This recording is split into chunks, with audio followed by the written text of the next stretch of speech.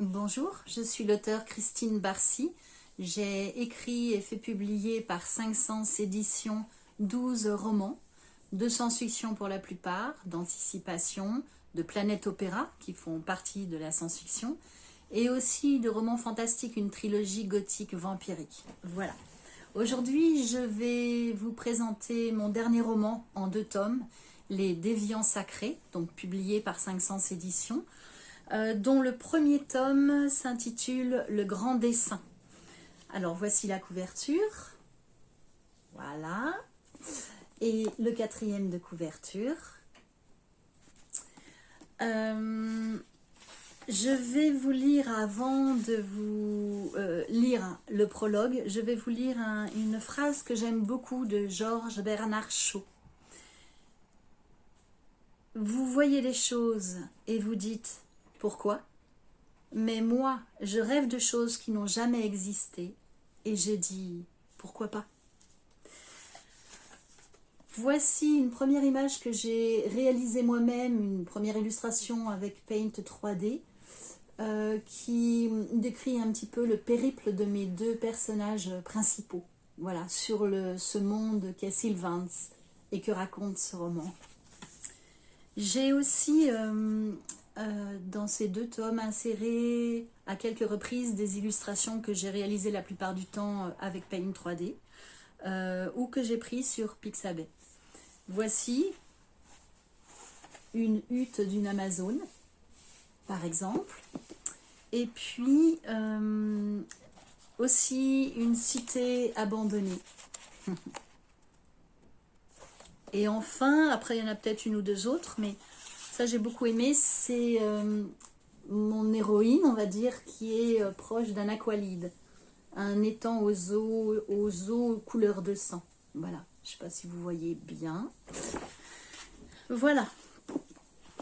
Alors me voilà à vous lire le prologue.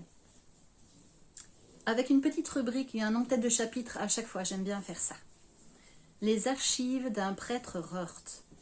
Il est un monde, au-delà des mondes, où même le sol possède une existence en propre. Ne pénétrez pas ces forêts, ne vous exilez pas dans ces montagnes. Et voici le texte à proprement dit. Depuis bientôt 300 ans, de l'ère d'après les changements, on se battait toujours sur Sylvans. L'ancienne civilisation, telle qu'on la connaissait, avait disparu pour laisser la place à une autre, faite d'un côtoiement anarchique de groupuscules vivants, chacun en autarcie, au sein d'un système démantelé. 300 ans précisément, depuis l'apparition des premiers dragues, venus d'une planète de l'une des galaxies spirales de l'univers de Thorens. À ce qui se disait. L'invasion avait été insidieuse, extrêmement progressive, et quand les Sylvanites avaient réalisé le danger, il était déjà bien trop tard pour repousser l'ennemi. Sylvans était un monde de forêts immenses et d'innombrables lochs, petits ou grands, enserrés entre de hauts plateaux d'une terre lourde et riche. Aucune éminence suffisamment élevée pour mériter le nom de haute montagne. Pas vraiment. Aucune barrière géologique infranchissable sur ce monde vaste, 10 fois plus imposant que les galaxies, que les planètes voisines. La civilisation s'était insérée là où ça avait été possible, c'est-à-dire près des plans d'eau ou bien des aqualides, ces bassins liquides constitués le plus souvent d'une eau couleur de sang, ayant l'ultime propriété de régénération dans certaines conditions particulières.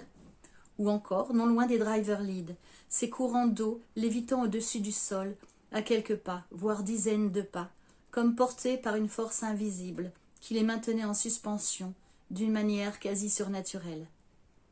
Il n'avait jamais été humainement possible d'habiter au cœur des forêts changeantes. La croissance des arbres s'y avérait tellement rapide qu'un mois seulement après leur tronçonnage, puis leur abattage, d'autres plus nombreux réapparaissaient, aussi grands et massifs que l'avaient été les précédents. À l'instar des êtres de Sylvans, les arbres vivaient pleinement. La destruction de l'un d'eux engendrait de fait, systématiquement, la naissance, l'accroissement et la multiplication d'autres spécimens de l'espèce. Et puis surtout, ils étaient dangereux. Les Sylvanites avaient cessé de s'attaquer aux forêts pour édifier leurs cités dans les vallées proches des lochs. Seules certaines ethnies d'Amazones osaient contrevenir à cette mesure liée à leur survivance. Sur les plateaux, les sols instables avaient de même été évités. La géodynamique de Sylvains faisait qu'il était quasi impossible de vivre en altitude. Les substrats, en profondeur, travaillaient en permanence. Une élévation du terrain ne demeurait en l'état que quelques mois, jamais vraiment plus, avant de s'effondrer plus ou moins sur elle-même. Le relief de ces plateaux subissait des variations sujettes à une sorte d'équilibre géologique, interdisant la croissance des massifs et la formation de hautes montagnes.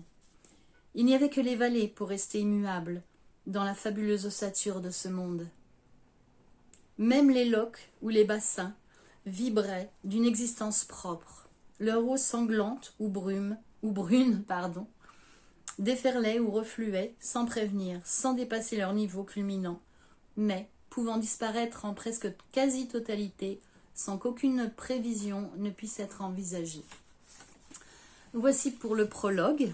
Eh bien, écoutez, peut-être la semaine prochaine ou la suivante, je vous lirai un autre extrait de ce roman, de ce premier tome. Et je vous souhaite une bonne continuation et à très bientôt.